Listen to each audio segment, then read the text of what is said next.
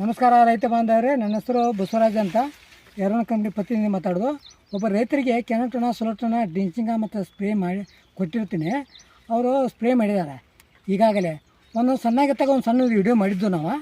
ಈಗ ಎರಡನೇ ಸಲ ವಿಡಿಯೋ ಮಾಡತ್ತು. ಕಬ್ಬು ಯಾವ ರೀತಿ ಬಂದೈತೆ ಅನ್ನೋ ಅವ್ರ ಬಾಯಿಂದ ಕೇಳೋದು ಬನ್ನಿ. ಸರ್ ನಮಸ್ಕಾರ ರೀ.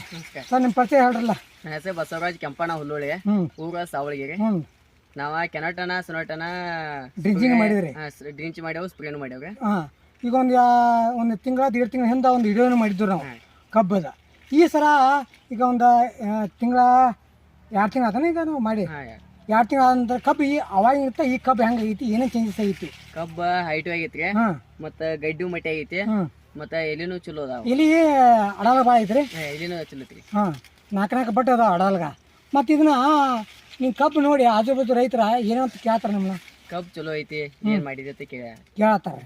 ನೀವೇನಂದ್ರಿ ಅವರಿಗೆ, ರೈತರಿಗೆ? ನಾವು ಕೆನಟನ ಸುನಟನ ಡ್ರಿಂಚ್ ಮಾಡ್ಯಾವ ಅಂತ ಹೇಳಿದವ್ರಿ. ಈಗ ಆಜು ಬಾಜು ರೈತರು ಬಂದಾರ, ರೈತರು ಒಂದು ಮಾತು ಕೇಳೋಣ. ಸರ್ ನಮಸ್ಕಾರ ರೀ.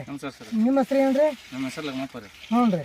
ಈಗ ನೀವು ಆಜು ಬಾಜು ಹೊಲ ಅದ್ರಿ, ಈ ಕಬ್ಬ ನಿಮ್ಗೆ ಏನೋ ಚೇಂಜಸ್ ಆಗೈತಿ? ಚಲೋ ಐತಿ, ಸ್ವಲ್ಪ ಗೈಡ್ ಹೊಡೆದೈತ್ರಿ, ಮತ್ತು ಹೈಟು ಆಗೈತ್ರಿ, ಮತ್ತು ಇದು ಒಂದು ಸ್ವಲ್ಪ ಮಟ್ಟೆನೂ ಐತ್ರಿ. ಮಟ್ಟೆ ಆಗೈತಿ. ಹಾಂ.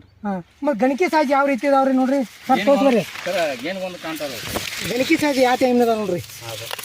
ಹೌದು ಸರ್. ಒಂದು ಗೇನ್ ಮೇಲೆ ಆಗತ್ತೈತಿ ಗಣಿಕೆ. ಗಡ್ಡಿ ಹೆಂಗೈತಿ ನೋಡಿ ಸರ್. ಹೌದು ರೀ, ಚಲೋ ಐತ್ರಿ ಸರ್.